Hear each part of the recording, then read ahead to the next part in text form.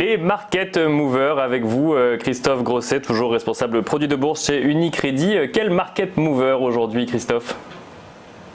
Donc on va revenir aux deux stratégies qui ont été mises en place par nos investisseurs, voir ce qu'elle a été l'intérêt. Donc si on regarde les stratégies de court terme, on a choisi d'investir à court terme sur les indices, donc c'est là que c'est la majeure partie des échanges. Seulement un tiers, 34%, donc si on regarde les échanges en turbo classique, limité baisse, seulement un tiers des échanges a été fait sur le CAC. Et qu'est-ce qui va substituer le CAC en ce moment ? C'est les indices étrangers et principalement les indices américain, puisque le Dow Jones a représenté 9% des échanges, le Nasdaq 3% et le S&P 2%. Donc on voit presque 15% des échanges qui ont été faits sur les indices américains. Si on ajoute à cela les 7% faits sur le DAX, on atteint 22% des échanges qui ont été faits sur des indices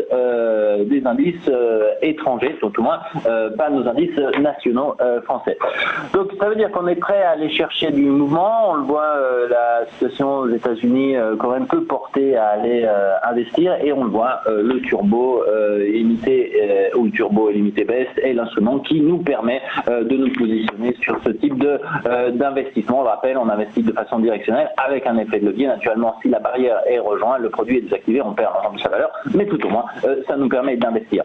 Si on retourne dans la stratégie qui est peut-être un peu plus intéressante pour nous aujourd'hui, c'est-à-dire d'aller voir ce que c'est-à-dire celle du stock picking, voir ce qui a été choisi, on l'a dit, lorsqu'on a choisi de se laisser le temps, on a choisi principalement des varants et des turbos limités baisse.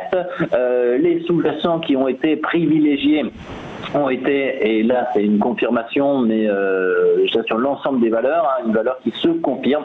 LVMH a été l'action qui a été qui se place en seconde position des échanges, donc derrière naturellement le CAC, donc qui a attiré principalement les volumes. On retrouve également Renault, qui était déjà présente la semaine dernière, et Valeo qui fait son entrée dans le top 10, donc Valeo qui retrouve la faveur des investisseurs cette semaine, ainsi que dans le domaine pétrolier, naturellement, nous retrouvons Total et Vallourec, donc deux secteurs qui ont en fait, celui de l'automobile et celui du pétrole, attiré l'intérêt des investisseurs sur lesquels ils se sont positionnés. Alors on ne sait pas encore à des fortes diversifications, mais ce sera peut-être l'objet de notre actualité de la semaine.